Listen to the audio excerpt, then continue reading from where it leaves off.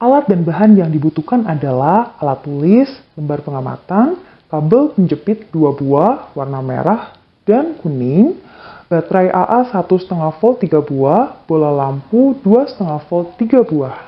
Kemudian kawat besi, sendok perak, kawat tembaga, kertas, plastik, karet penghapus, grafit atau mata pensil, kayu, air keran, dan air garam sebagai bahan yang akan diuji. Bahan pertama yang akan kita uji adalah kawat besi. Kawat besi kemudian kita capit dengan capit buaya. Setelah itu kita lihat dan kita amati, ternyata kawat besi dapat menyalakan lampu, artinya adalah bersifat konduktor. Yang kedua adalah kawat tembaga. Ternyata kawat tembaga juga dapat menyalakan lampu dan bersifat konduktor. Yang ketiga adalah sendok perak. Sendok perak kita capit dengan capit buaya. Ternyata sendok perak juga dapat menyalakan lampu dan bersifat konduktor. Yang keempat adalah kayu. Saat kayu diuji dan dicapit dengan capit buaya, ternyata tidak mampu menyalakan lampu. Artinya adalah kayu bersifat isolator atau tidak dapat menghantarkan listrik. Yang kelima adalah karet penghapus.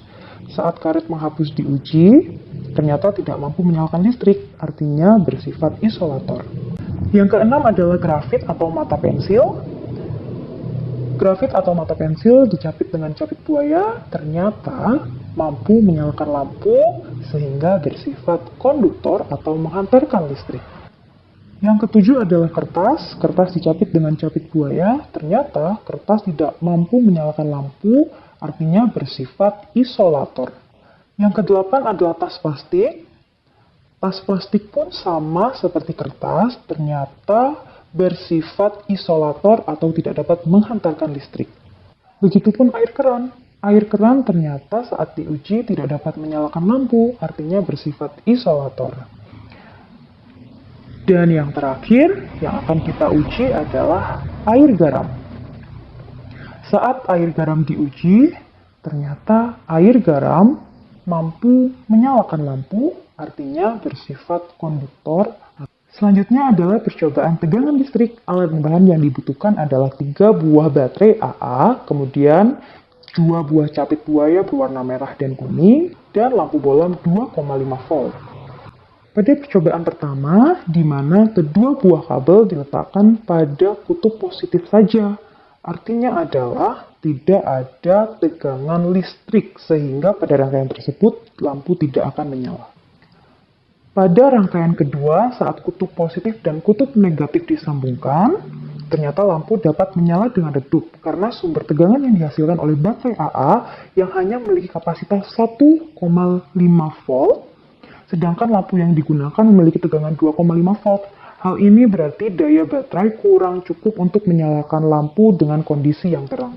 Pada rangkaian yang ketiga, baterai ditambahkan 1 buah, kemudian disusun secara seri. Ternyata lampu dapat menyala terang karena baterai yang dirangkai secara seri akan menghasilkan tegangan yang lebih besar menjadi 3 volt, sehingga cukup untuk menyalakan lampu sebesar 2,5 volt.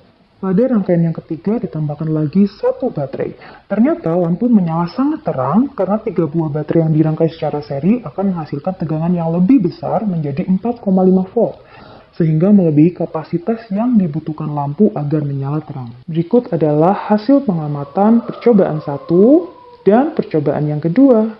Kesimpulannya adalah benda-benda yang dapat menghantarkan listrik disebut dengan konduktor listrik, sedangkan benda yang tidak dapat menghantarkan listrik disebut dengan isolator listrik. Berdasarkan hasil pengamatan, kawat besi, kawat tembaga, sendok perak, grafit, dan air garam merupakan konduktor listrik. Kayu, karet penghapus, kertas, tas plastik, dan air keran merupakan isolator listrik. Selain itu, pada percobaan tegangan listrik, baterai yang dirangkai seri akan menambah tegangan menjadi lebih besar. Semakin besar tegangan baterai, maka semakin besar energi yang dialirkan ke lampu.